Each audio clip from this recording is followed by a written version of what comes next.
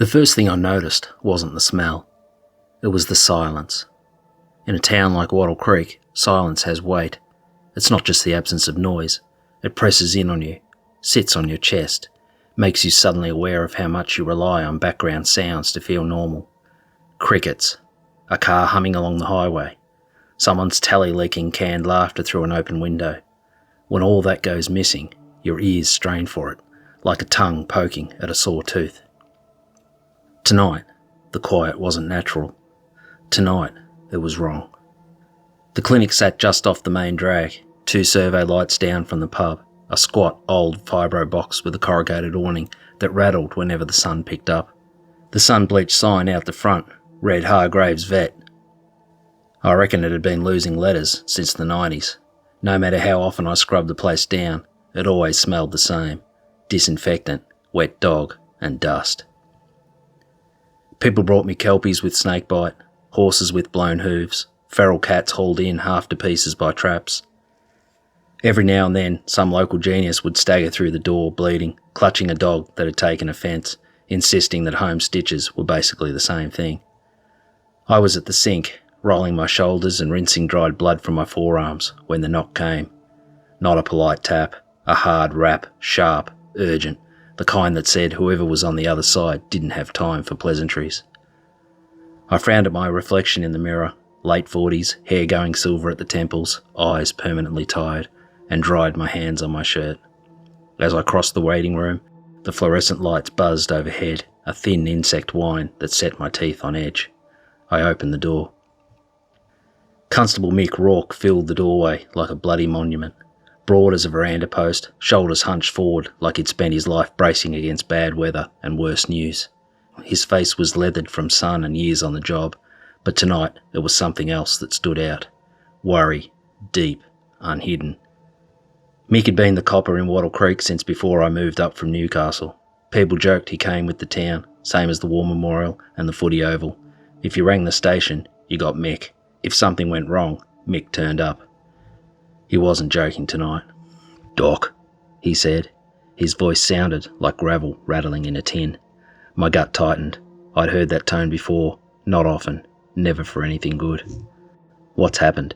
I asked. Mick didn't answer straight away. His eyes slid past me, into the clinic, scanning the shadows like he expected something with teeth to lunge out at him. "I need you inside," he said, "and I need you to listen. Properly." That tone again. The one that meant this wasn't pub talk. The one that meant whatever was coming didn't get repeated to the missus over toast in the morning. I stepped aside and let him in. Mick moved through the waiting room stiffly, every muscle coiled like a bloke carrying a loaded rifle through thick scrub. He took his hat off and held it in both hands, twisting the brim. "Is it a dog attack?" I asked, trying to keep things anchored to the familiar. "Is someone hurt?" He stopped dead, rubbed a hand over his scalp like he was trying to scrub a thought away. "Little kid," he said quietly. "Missing since the Savo." The words landed heavy. I swallowed. "Whose?" "Carly and Ryan Bennett's. Their boy, Tyler." I shut my eyes for half a second and swore under my breath. Everyone knew the Bennetts. Good people, the sort who baked slices for raffles and turned up early to working bees. Tyler Bennett was 6, skinny legs, freckles like someone had flicked mud across his nose, always pushing toy cars through the dust outside the pub while his dad had a yarn. Mick kept going, voice flat but tight. "They were camping out at Little Flat, near the Billabong. Kid went for a piss, or wandered, hard to say. Happens quick out there." I nodded, jaw set. 6 seconds, that was all it took. You blink, and a kid's gone. "We sent trackers in," Mick said. "Couple of fellas who know the scrub back to front. They found his prints, but not just his." My brow creased. "Oh, dingo?" Mick looked at me like I just asked if it was bloody Santa Claus.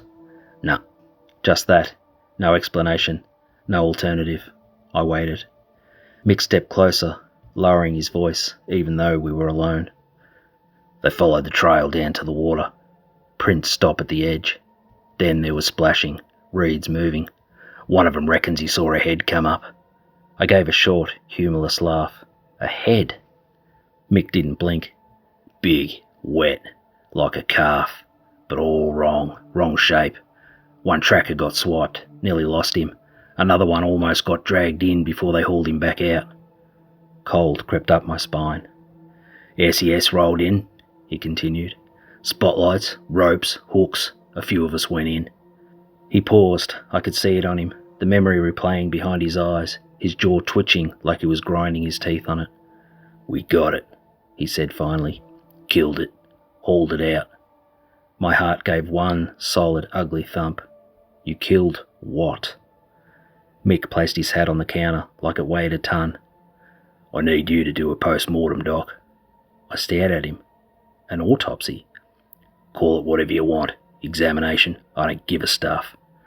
I hesitated. On what animal? Mick met my gaze and didn't look away. That's the problem, Doc, he said. I don't know if it is an animal.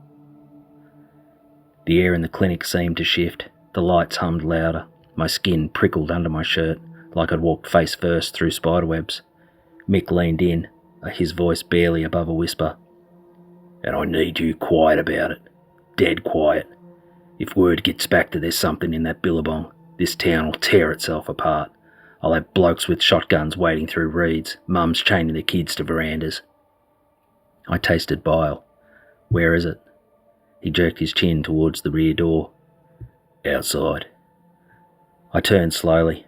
Through the frosted glass I could see the dull glow of headlights, shadows shifting, a ute parked close, a tarp stretched tight across the tray. Mick's hands hovered near his belt, like the thing out there might sit up and start walking. You're the only one in town who can do this, he said.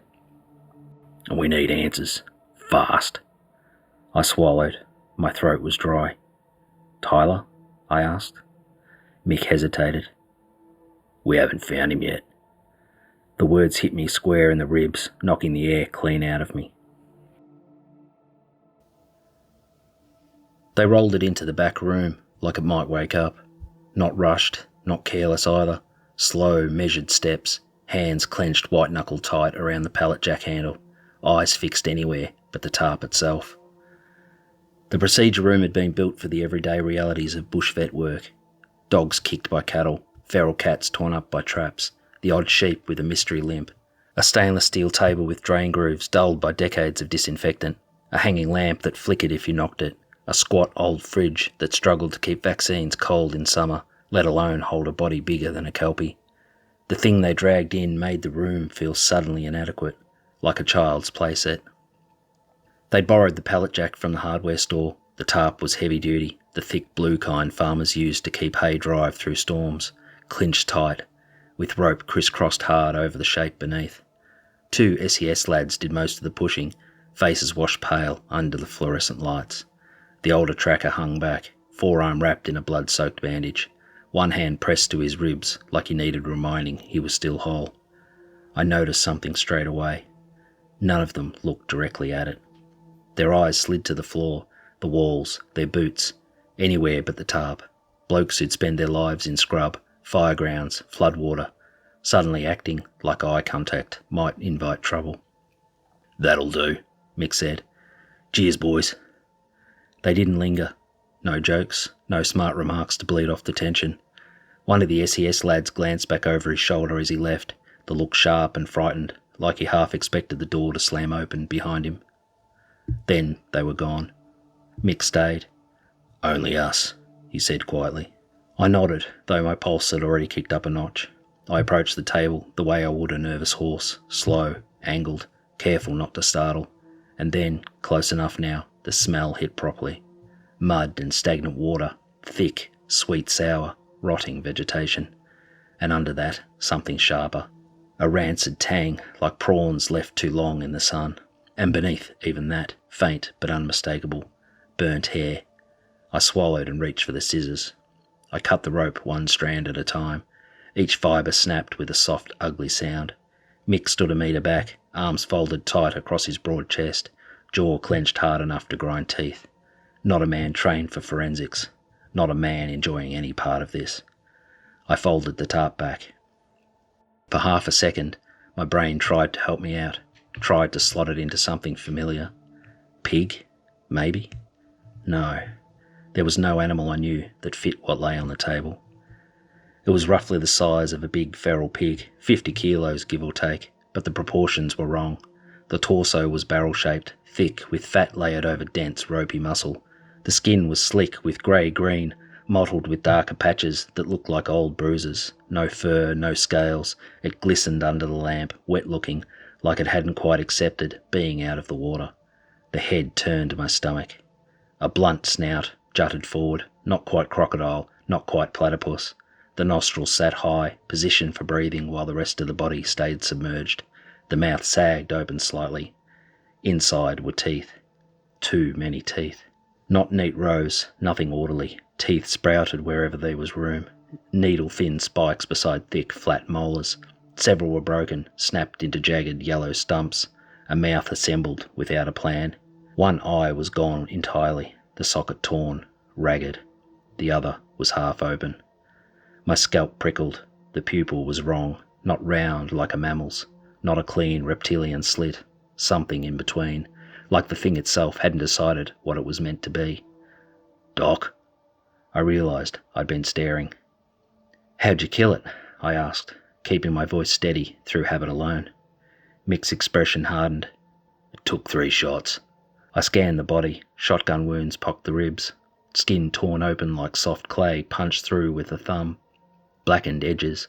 One massive wound gaped at the throat. And the neck. Jesus. The neck was thick, far thicker than it should have been. Beneath the skin were dense cords of muscle layered over one another, built to fight current, built to drag weight. I stepped back, breathing through my mouth now. "What the hell is it?" I asked quietly. Mick didn't answer. My gaze drifted lower. The limbs. That was where it truly fell apart. There were 4 of them, but they didn't match. The front limbs were longer, joints bent at angles that made my wrists ache just looking at them. The hands, because they were hands, not paws, were webbed, tipped with thick, hooked claws, blackened like burnt fingernails. The back legs were closer to a ruse, heavy haunches, dense thigh muscles built for sudden power, but the feet were flatter, toes splayed wide with thick pads made for mud. And the tail, oh my God, the tail, long, muscular, tapered into a broad paddle. Along the underside ran short, vicious spines like barbs waiting for flesh. I forced myself not to recoil. I'd opened pigs, kangaroos, wild dogs. I'd cut into cattle bloated from drowning in dams. Gas hissed out like a warning. None of them had made my thoughts snag like this. None of them had made my brain itch, trying to reconcile what it was seeing with what it knew. Bunyip, the tracker, had whispered earlier, before Mick shut him down. I laughed then. Everyone laughed at that word. A story, a warning, something parents used to scare kids away from deep water. Staring at the dead thing on my table, I wondered how many stories were just badly remembered truths. Mick cleared his throat. "Do what you need to do," he said. "I'm staying." I glanced at him. "You're watching?" His face was unreadable. "Yep." I didn't like that, but the idea of being alone with it was worse. I pulled on gloves, then another pair, an apron over the top. I picked up the scalpel. The blade caught the light, and I began. I drew the scalpel down the creature's abdomen. The blade barely bit. It wasn't hide, it wasn't even pigskin, tough and fibrous in its familiar way. This was something else entirely, thick, elastic, resistant, like cutting into industrial rubber. The scalpel skidded, dragged, left a shallow line that closed in on itself the moment I eased the pressure. I frowned, irritation flaring through the unease. Muscle memory took over. I swapped to a heavier blade, tested the edge with my thumb, then leaned my weight into the cut. The skin finally parted with a wet. The smell rolled out and my stomach lurched. It wasn't just rot. It was brackish and chemical, sharp and metallic. Old blood stirred into stagnant dam water, layered with something acrid and medicinal. A smell that didn't belong to any living system I understood. I gagged once, hard, eyes watering, then forced myself to breathe through my mouth and kept working. I peeled the skin back. Beneath it was fat, thick, dense, yellow-grey, threaded with blue-black veins. Under that, muscle, dark muscle, almost purple, packed tight as steak. But even that was wrong. The fibres didn't run in clean, orderly lines. They overlapped at odd angles, layered and interwoven, built for twisting, coiling, sudden explosive movement. Built like a bloody torpedo, I muttered. Mick grunted behind me, like that description fit neatly into the growing pile of things he didn't want to picture. I continued the incision down the midline and eased the cavity open, bracing myself for warmth. There was always some residual heat, even hours after death. Instead, the cold hit me. It wasn't the chill of refrigeration, something deeper. The interior of it was ice cold, as though the water it came from had never truly left. I spread the rib cage, and then I stopped, because the lungs weren't lungs. They were duplicated. At the front of the cavity sat a pair of spongy, recognisable organs, but behind them, closer to the spine, was another set entirely. Smaller, darker, denser, compact, efficient. I stared, my mind scrambling to keep pace with my eyes. Double respiration, I murmured, like birds, but not. Mick shifted behind me. Meaning? I swallowed. Meaning it can stay underwater longer than anything I've ever seen. I looked deeper. The heart was enormous, thick-walled, threaded with extra vessels branching outward like tree roots. The liver was grotesquely oversized. The stomach was divided into chambers like a cow's, but each section was lined with ridged, muscular tissue closer to a crocodile's gut. A hybrid. A stitched-together nightmare of adaptations that had no business sharing the same body. I moved to the throat, probing carefully. The windpipe forked. One tube fed the lungs, the other went somewhere else entirely. I followed it slow and deliberate, tracing it down with gloved fingers until it led to a thick, muscular sac pressed against the spine. I stared at it, goose flesh rippling up my arms. A swim bladder, I said softly. No, that's not right. I pressed gently. The sac pushed back, elastic, responsive, as if it still remembered what it was meant to do. I jerked my hand away. Mick leaned closer. What is it? I shook my head. Something for buoyancy or storing air? I hesitated, like a diving tank. Mick exhaled slowly. So it could just sit underwater and what? Wait? I didn't answer. I didn't need to. We both saw it, motionless, beneath the reeds, eyes just breaking the surface while kids skipped stones along the bank. I carried on, measured, methodical. I took notes, snapped photos with my phone. My hands were steady by habit, though everything underneath was shaking. It was still biology, I told myself, still explainable, in some warped way. Nature did strange things all the time. Then I reached the stomach. I opened the first chamber. Something slid out onto the tray. Not slurry or bone. It was soft, pale. I stared at it, my brain refusing to name what my eyes were already screaming. Then the shape resolved. My throat locked. Bile surged up hard and fast. It was a finger. Small. A child's finger. The skin was puckered and pale. The nail still intact. Mixed in around it, like rubbish caught in a drain, were scraps of fabric. My chest tightened so hard it hurt. Mick stepped closer. What is that? My voice came out rough. It's someone. He leaned over the table, saw it, and went rigid. For a second, I thought he might swing, punch the corpse until his knuckles split. I worked carefully with the forceps, sorting through the contents. Cloth, plastic, a small metal zipper, then a button, bright blue, cartoon dinosaurs stamped across it. My hands shook so badly, I nearly dropped the forceps. I looked up at Mick. This is Tyler. The colour drained from his face beneath the tan. Oh shit, no. I lifted the button and held it up between us.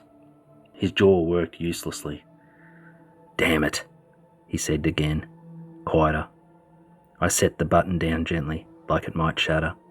The clinic suddenly felt too small, the air too close, the walls pressing in. Mick turned away, his shoulders hitched once. He didn't cry, he didn't swear or rage. He just stood there, staring at the wall, breathing like a man holding something together with bare hands. I wanted to stop, to zip the thing up, call it done, go home, hold my missus, and never go near a river or dam again. But I couldn't, not now. Not after this. because there might be more. And somehow, I knew it could get worse.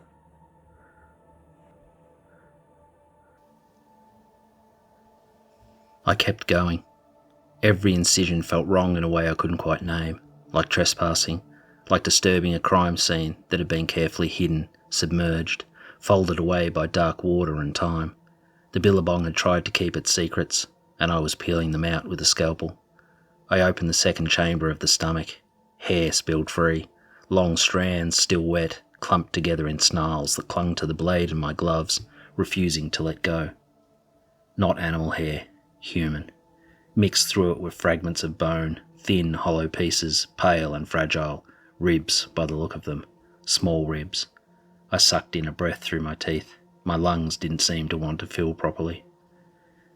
"This thing's been feeding for a while," I said, forcing the words out evenly. Mick turned back toward the table. His eyes were darker now, the whites dulled, like someone had dimmed the lights inside him. "How long?" I shook my head. "Could be weeks, months," I hesitated. "Could be years." His fingers flexed at his sides. "People go missing every now and then. Backpackers, drunk idiots, blokes who take the river track home instead of the road." He paused. "Used to be one every few years. Enough time between them, nobody joined the dots. Enough that we could tell ourselves it was just the bush." I didn't answer. I was thinking about how water doesn't move on our schedules, how it waits. I moved on to the lower gut. The smell intensified, thick and cloying, like something fermenting. I gagged and swallowed it back. Then I saw them, smooth stones clustered together like ballast.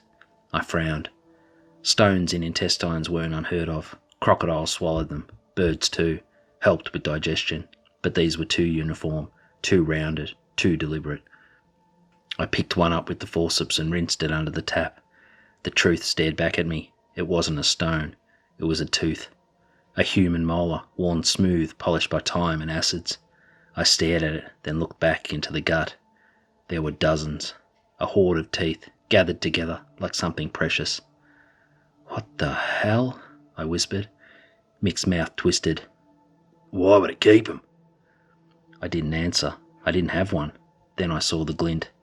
Half hidden in the fat near the ribs was something metallic. My heart started hammering as I leaned closer and worked it free with the forceps. A ring, gold, engraved on the inside. My throat closed. I knew it instantly. So did half the town. It had belonged to Leanne Groves, the schoolteacher who'd gone missing 2 years back, vanished on a morning walk like she'd stepped sideways out of the world. Mick moved closer. "Oh my God, that's—" "I know," I said quietly. We stood there in silence, the thing lying split open on the steel table like a slaughtered pig, its insides telling a story Wattle Creek had refused to hear. Missing people weren't just missing. They'd been eaten, stored, collected. I kept working, because stopping felt dangerous.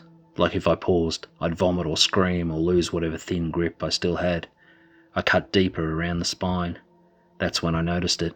The muscles near the shoulders were wrong. Too thick, too layered, wrapped around something that shouldn't have been there. I sliced carefully and uncovered a second structure. Not extra ribs or a deformity, something folded, reinforced. A folded structure lay beneath the muscle, reinforced, braced. Built to spread and then disappear again. I didn't write it down. Some things didn't need names. Mick stared. "What is that?" I swallowed. "It's got retractable something." I pictured it underwater, those fins spreading wide to stabilise it, then folding tight as it surged forward like a missile, a predator shaped by the billabong itself. I leaned towards the skull. The jaw hinge wasn't single. It had a second joint. The jaw moved in a way it shouldn't have been able to. I stopped myself from measuring it. Wide enough to... I didn't finish the thought. I didn't need to. Then I saw the tongue, except it wasn't a tongue. It was thick, muscular, split clean down the middle. Along its length ran backward-facing barbs like the mouth of a catfish, made to hook, to drag. Bile rose again, sharp and hot. "Doc?" Mick's voice snapped me out of it. I looked up. "What?" He was staring at the back door, the one that led to the yard. I listened. At first nothing, Then, wet, heavy, like mud slapped against earth. My spine prickled. Mick didn't move. Closer. There wasn't a footstep on gravel. It was damp, deliberate. Mick's hand drifted towards his holster. "SES still outside?" I whispered. He shook his head. "Sent him home. Less mouths." I wanted to swear. The sound came again. Then a dragging scrape, slow and ugly, like something being pulled across dirt. I forced my eyes to the windows. Darkness, fence line, gum trees, skip bin, old cages. Nothing moving. The sound stopped. For a few seconds there was only the buzz of the lights, the steady drip of blood into the table drain, my breathing loud in my ears. Then a sniff. Not inside the room, outside, a deep, wet inhale. Curious, hungry. I froze. Mick whispered, "Stay behind me."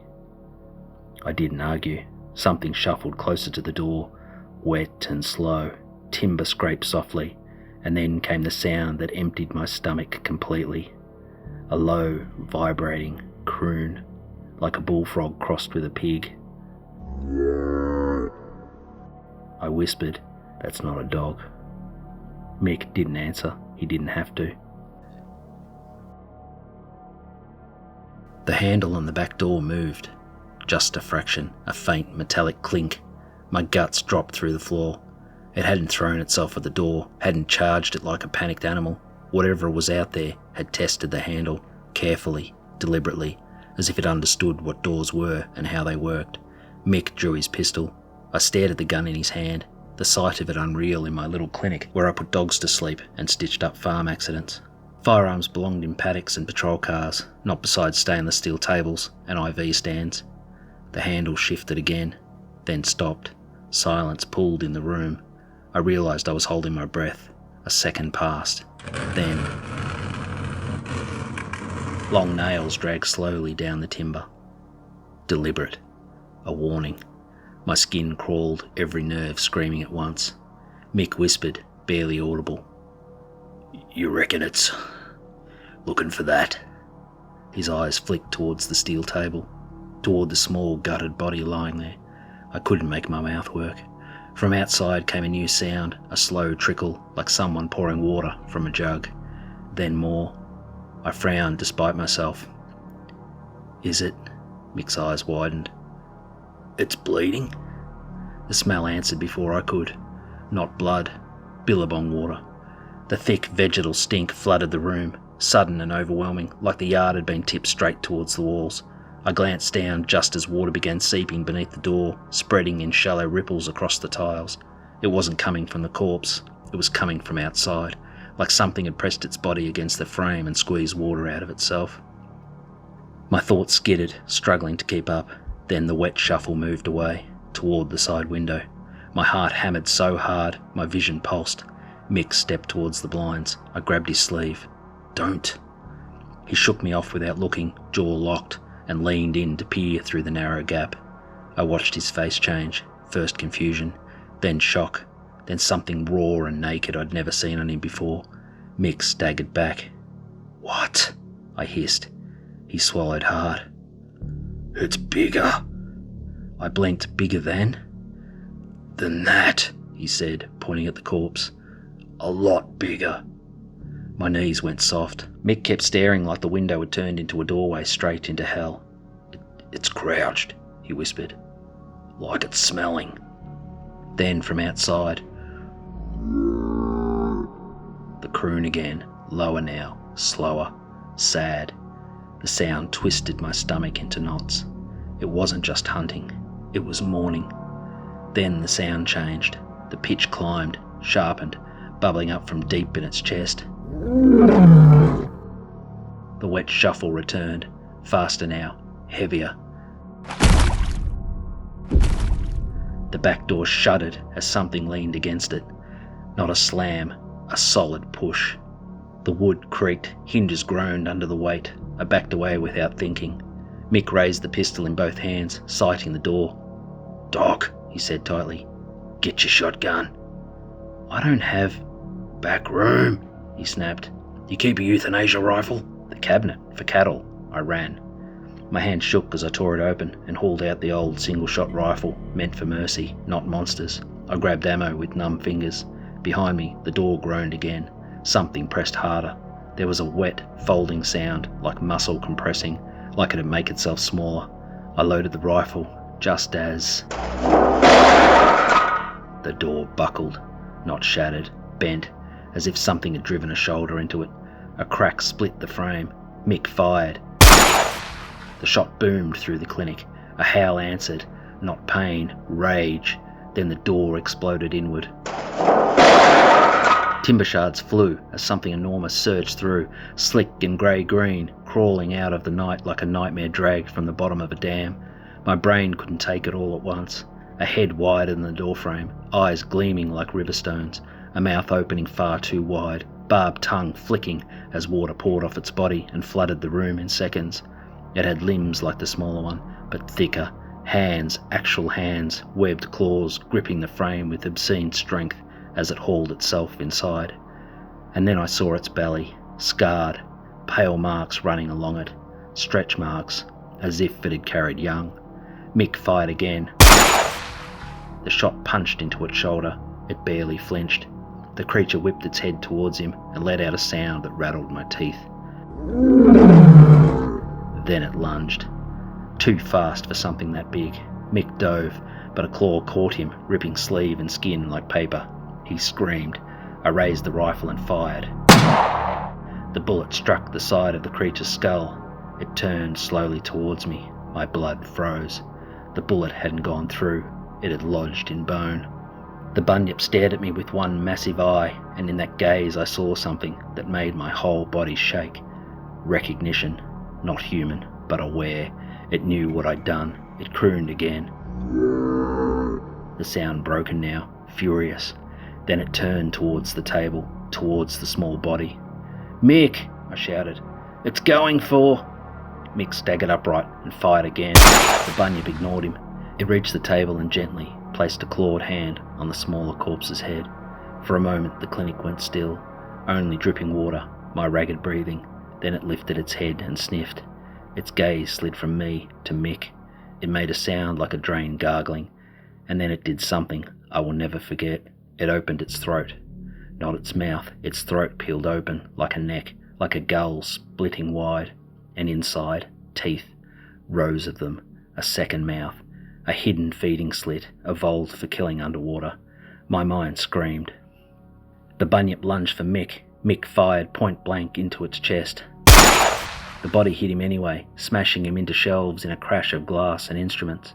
I scrambled back, slipping in water, grabbed a scalpel on instinct like it would matter. "Doc, run!" Mick screamed. I ran.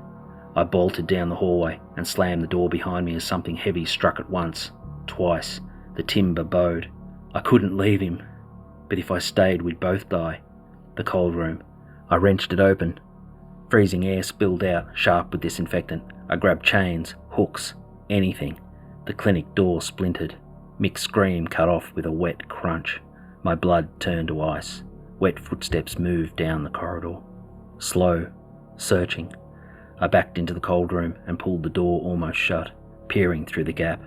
The bunyip filled the hallway, hunched and dripping. Its head turned, sniffing. My teeth chattered uncontrollably. It moved closer.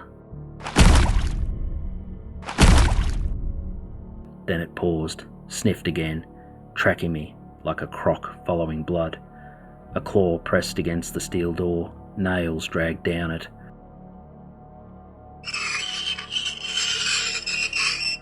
I clamped a hand over my mouth. The bunyip crooned softly now, almost pleased. Then it shoved. The door buckled inward. I slammed it shut and threw the heavy latch just as it hit again. The latch held. It struck again, harder. The door shook. I wedged a meat hook through the handle and braced myself, whole body trembling. I could hear it breathing. Wet, patient inhalations. Then, chewing. My eyes filled with tears. Mick. The chewing stopped. Silence. Minutes crawled past, and then softly. Morning again. Wet thumps moved away. back towards the procedure room. Understanding hit me like a punch. It wasn't finished. It was taking its child. I stayed in the cold room for an hour, listening to my own heartbeat. When I finally emerged, the clinic looked drowned. Instruments scattered, blood smeared, water pooled everywhere. Mick lay slumped against the cabinets, eyes open, face slack. I couldn't look at his throat. The smaller body was gone. Only mud and blood smeared the steel table, and placed carefully in the centre, the dinosaur button. I stumbled outside into the grey dawn. Birds were starting up. The town was waking, pretending nothing had happened. I stood shaking in the wet yard, staring towards the distant trees, marking little flat Billabong. I could still hear that wet breathing in my head. Mick had been wrong. They hadn't killed the monster. They'd killed its child, and now it knew where we lived. They told the town it was a crocodile. They fenced off the Billabong, put up warning signs in bright official colours. Dangerous wildlife, no swimming. As if a bit of tin in capital letters has ever stopped the bush from being what it was. I didn't sleep much after that. Most nights I sat in the front room with my boots on, the rifle resting across my knees, the back lights burning until dawn. The house creaked and settled around me. Frogs called from the drainage ditch. Wind moved through the paddocks. Somewhere far off, cattle lowed, restless in the dark. Sometimes my thoughts wandered, to Mick's laugh, to the weight of that creature's gaze as it looked at me and knew. Other times I tried not to think at all, because thinking led places I couldn't afford to go. And sometimes, when the town was utterly still, I heard it, the wet sound. Far away at first, easy to dismiss, almost imagined, like something heavy sliding through long grass, slow, deliberate, not rushing, never rushing, getting closer.